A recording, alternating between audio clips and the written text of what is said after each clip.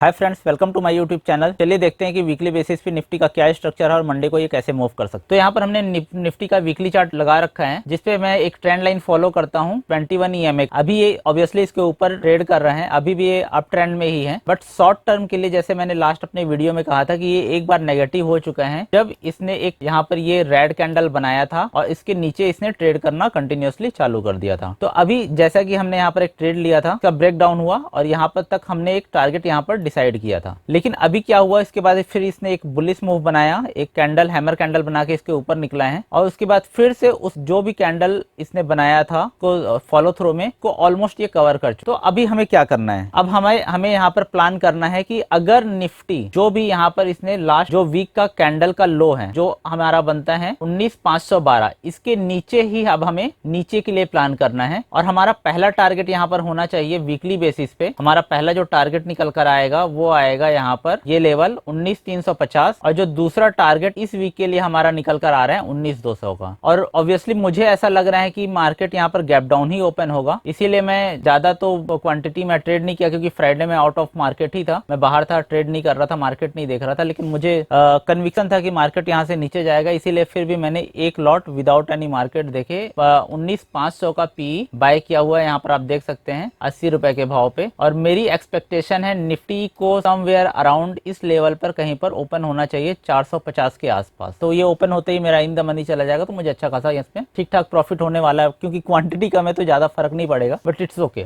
ठीक है, कुछ आएगा ही पैसा घर पे। तो चलिए अभी हम लोग इसको डेली चार्ट पे एक बार देखते हैं। दोस्तों आप यहाँ पर देख सकते हैं डेली चार्ट पर यहाँ पर एक निफ्टी ने एक यहाँ पर क्लियर कट एक एम पैटर्न बनाया हुआ है। तो जैसे ही इसका ब्रेक डाउन होगा हमारा पोजिशनल बेसिस पे जो पहला हमारा टारगेट यहाँ पर ओपन हो जाएगा 19,338 का और दूसरा लेवल यहाँ पर ओपन हो जाएगा हमारा 19,225 के लिए। ये लेवल आप मार्क करके रख सकते हैं। चलिए एक बार 15 मिनट चार्ट पे देख लेते हैं। तो 15 मिनट चार्ट में हम देख सकते हैं कि हम इंटरडे पे इसे कैसे ट्रेड कर सकते हैं। देखिए ऑलरेडी निफ्टी एक सेलिंग प्रेशर में है क्या शॉर्ट टर्म में, और मेरी जो एक्सपेक्टेशन है निफ्टी को समवेयर अराउंड इस लेवल पे कहीं पर ओपन होना चाहिए 400 से लेकर 450 के जोन में, समवेयर इस अराउंड लेवल पे कहीं पर ओपन होगा। तो आप सोचिए कि अगर यहाँ पर निफ्टी ओपन होगा तो क्या हो सकता है। सबसे पहली चीज ऑलरेडी एक सेलिंग प्रेशर पे है, 500 पे यहाँ पर ऑलरेडी अच्छा खासा सपोर्ट था। तो यहाँ पर जिन लोगों ने भी यहाँ पोजिशनल बेसिस पे होल्ड करके रखा होगा अप ट्रेंड के लिए, तो वो लोग यहाँ पर एक बार पैनिक करके एक बार और सेलिंग करेंगे। तो ये मुझे लगता है यहाँ पर एक लॉन्ग कवरिंग छोटी मोटी आएगी, जो बहुत ज्यादा तो नहीं। अगर किसी ने यहाँ पर सेलिंग पोजीशन ऑलरेडी बना रखा है तो उसको यहाँ पर मिनिमम टारगेट उसका यहाँ पर 19,300 के लिए उसको होल्ड करके रखना है, यहाँ पर उसको प्रॉफिट बुक नहीं करना है। तो अगर आपको फिर फ्रेश सेलिंग पोजीशन बनानी है तो आपको क्या करना है, आपको सिंपली वेट करना है। जब निफ्टी यहाँ पर कहीं पर भी अगर ओपन होता है, मान लीजिए इस जोन में कहीं पर भी ओपन होता है, जैसे ही उसने एक रेड कैंडल यहाँ पर बनाया, उसके बाद ये यहाँ से रिट्रेस जब करता है तो आपको यहाँ पर आने का वेट करना है। इस लेवल को मैं मार्क कर देता हूँ आपके लिए, आप भी इसको चार्ट पे मार्क कर लीजिएगा। 19,490 या 480 के अराउंड अगर इस लेवल के आसपास आपको कहीं पर भी निफ्टी मिलता है, 480, 500, इस लेवल पे अगर आपको कहीं पर भी कोई भी एक नेगेटिव